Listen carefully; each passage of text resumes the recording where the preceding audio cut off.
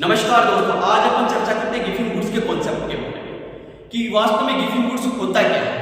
वे goods जिनके ऊपर law of demand apply नहीं होता है, जिन पर फर्स्ट लॉ ऑफ डिमांड या फिर मांग का नियम लागू नहीं होता है, वो क्या कहलाते हैं? गिफिंग गुड्स कहलाते हैं। यानी ये exception of law of demand होते हैं, यानी मांग के नियम के अपवाद होते हैं। क्या वास्तव में गिफिन गुड्स के नाम की कोई वस्तु होती है? तो आंसर होगा नहीं।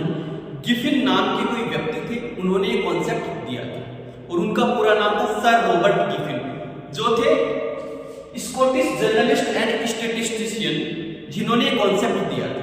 उनका पूरा नाम क्या था? Sir Robert Giffen.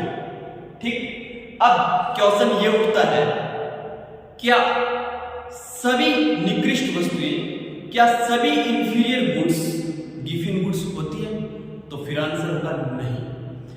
किसी भी इंफीरियर गुड्स को या किसी भी गुड्स को गिफिन गुड्स बनने के लिए मुख्य रूप से 3 कंडीशन फुलफिल करनी चाहिए। और वो कंडीशन कौन कौन सी है?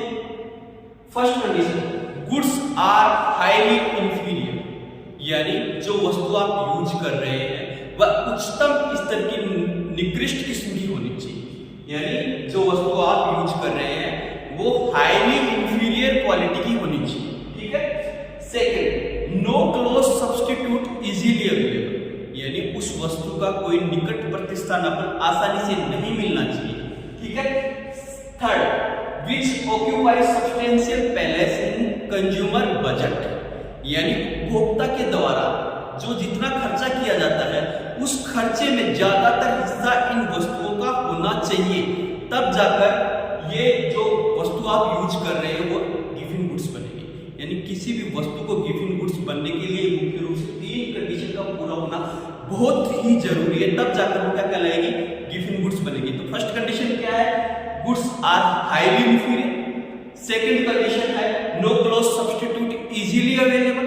ठीक है। थर्ड कंडीशन है which occupy substantial palace in consumer budget, तब जाकर कोई गुड्स क्या बनेगा? गिफिन गुड्स बनेगा। अब एक स्टेटमेंट में बोलता हूं और आंसर आपको देना है कि all Giffen goods are inferior. क्या ये बात सही है कि all Giffen goods are inferior goods? बिल्कुल, ये स्टेटमेंट बिल्कुल सही है कि सभी गिफिन गुड्स निकृष्ट वस्तुएं हो सकती हैं या होती हैं। और एक स्टेटमेंट है all inferior goods are Giffen goods. तो ये कॉन्सेप्ट, ये स्टेटमेंट गलत हो सकता है। तो बात यह है कि गिफिन गुड्स बड़ा कॉन्सेप्ट है और इंफीरियर गुड्स छोटा कॉन्सेप्ट।